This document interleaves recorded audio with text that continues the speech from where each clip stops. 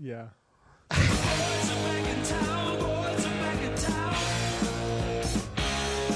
That's it.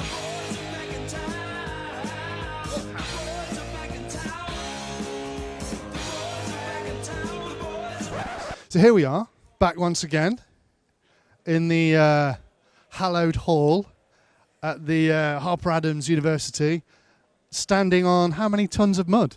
Oh, God knows. I mean, it goes as deep as whoever knows. It's just, How deep does the mud run? I mean, how deep is your love? Everyone's been saying the track's really cool. Everyone's been telling me they hate it. No.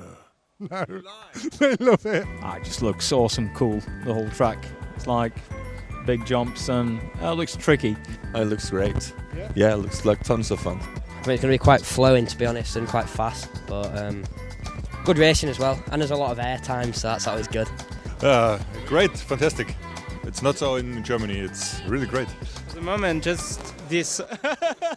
So you've just seen like a few footsteps on the track. Exactly. And with those first few footsteps, what do you feel? Very good. Yeah. How long is this track? It's quite long. I think No technical information for me at all. I only put banners up and I do administration for the race. I mean, look at this beautiful quad just in front of us. That is quad of the highest order. So my question's about the chemical compound of the soil and stuff. That you're not going to be able to help me with that. Not really. I'm sure there's a bit of, fossils and probably a bit of, natural fertilizer, let's say. And We've got bigger jumps than we had last year. yeah, I'm not so sure about the jumps. For sure, there's more elevation change, and they're really quite technical. We have steps as well. We've done that for, I think, the last 3 years. The DXR signature steps. Yeah, there's no additive on that. It's fine. Interesting. So we have no Ty Tessman this year. Now, last year was quite interesting because he stormed it for the beginning of the race, or the event rather. He looked pretty unstoppable, and then everything turned, and that may have or may not have been something to do with tyres or sauce. But you put out an announcement this year, haven't you? What's the story? Well, we're complying officially with BRCA regulations, and obviously it's a private race, more or less. That tyres have to be available for sale at the time of the event, which I think is quite important, obviously. No one's coming here with crazy compounds and stuff. And the additive thing is, it's obviously hard to police. We have technical directors and referees in place for that. In terms of last year, I think, to be honest, the actual result in the final was probably overplayed a little bit because it became a bit of a drama, not cooked up by a few who may not be here now. But, we have our defending champion, Cavalieri, he's here. I would say this is pretty close to the last year's styling. Just good rhythm, good flow to it. What approach are you going to take first thing tomorrow? Just kind of try to see some of the first practice runs, see what tire compounds we need to kind of pick for the first few runs, and just try to get some clean runs and just get the rhythm down. Do you go into this with an expectation of what tyre you think you're going to start with?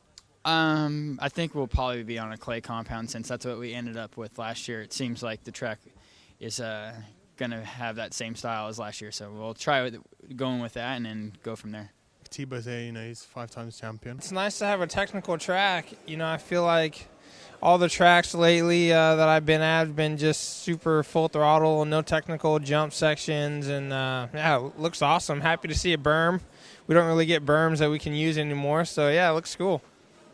What would you say in a nutshell is your objective? What's your approach to this event this time? I'm ready to just win. I haven't won for a while. Haven't won the last 2 times I've been at Neo, so I'm here to win. You found a formula that works, haven't you? You have stuck with the electric buggies. That class stays. You did truggies once. That didn't last for too many years. Was it just 1 year, just as an experiment? Well, to be honest, I mean, my experience was more nitro. The truggies, I mean, that's pretty much a decade ago, exactly on the year. So really? Yeah, a long time ago now. I mean, when I was wider, let's say.